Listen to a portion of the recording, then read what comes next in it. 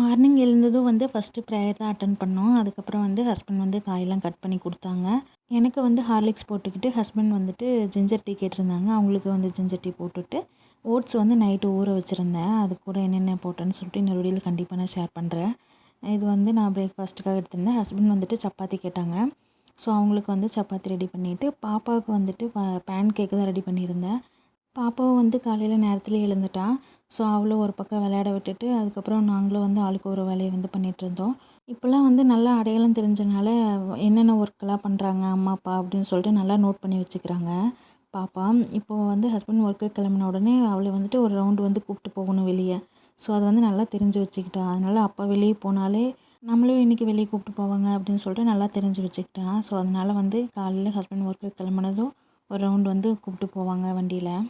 ஆனா பரவாயில்ல, இப்போ வரைக்கும் வந்துட்டு வெளியே கிளம்பும்போதெல்லாம் இன்னும் அழுகுறதில்ல.